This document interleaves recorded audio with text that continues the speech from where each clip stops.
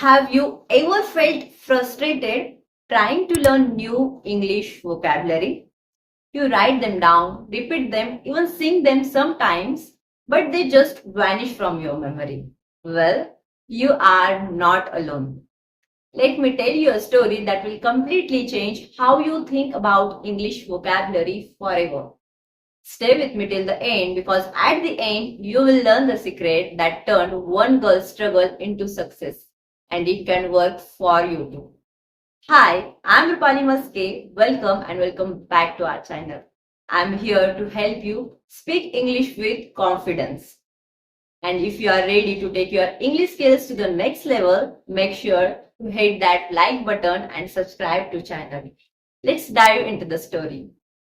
Let me tell you a story about a girl named Maya. Maya was a bright, determined girl, but she had one big problem. It means her English vocabulary.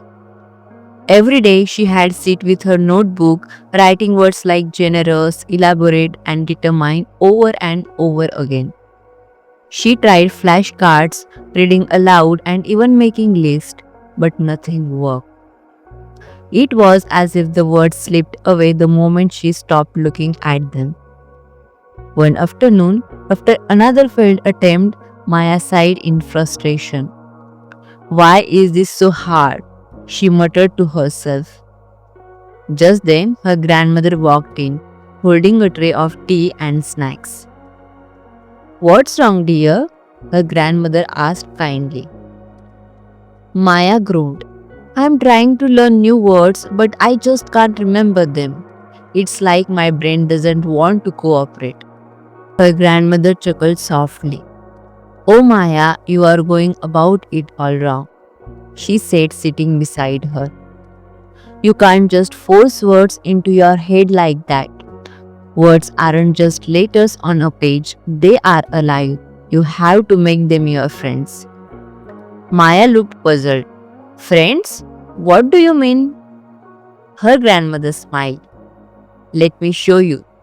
Take the word generous. For example, imagine your best friend giving you her favorite chocolate when you didn't have one. She is being generous. Now, whenever you hear that word, you will think of your friend and her sweet gesture. Doesn't that make it easier to remember? Maya's eyes lit up. Oh, I get it.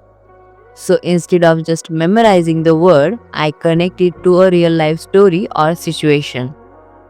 Exactly, Grandma said. When you link words to emotions, experiences, or even people, they stick with you. They are no longer strangers, they become part of your world. Then Maya decided to give her grandmother's advice a try. She took out her flashcards and started adding little stories to them. For elaborate, she wrote, when my teacher asked me to explain my project in detail, she's asking me to elaborate. For determine, she thought of the tough decision she had to make between pizza and burgers last weekend. As the days went by, Maya took it a step further. She started practicing the words in real conversation. When her friends talked about their weekend plans, she had said, can you elaborate on that?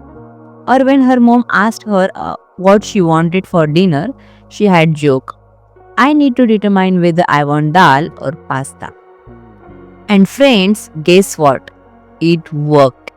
Words started sticking in her mind because they were no longer just words, because they were part of her life.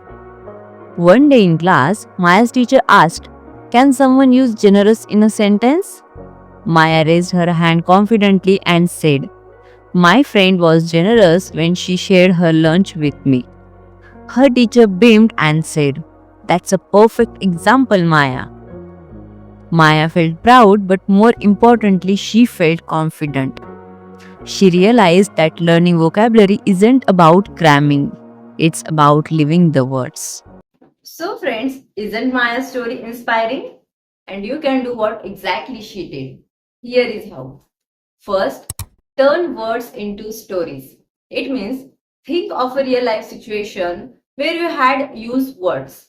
Second, Use them daily. Friends, don't wait for a perfect moment. Use them in a conversation, even if it's just with yourself. Third, make it visual.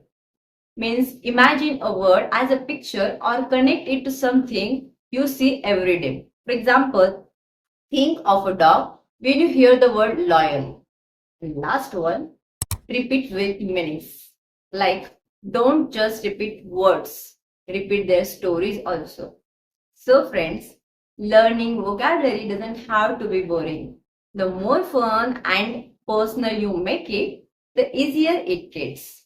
Imagine walking into a room and using new words confidently like Maya. How amazing will that feel? Now, let me challenge you. Pick three new words today. Create a little story of each one and use them in a sentence.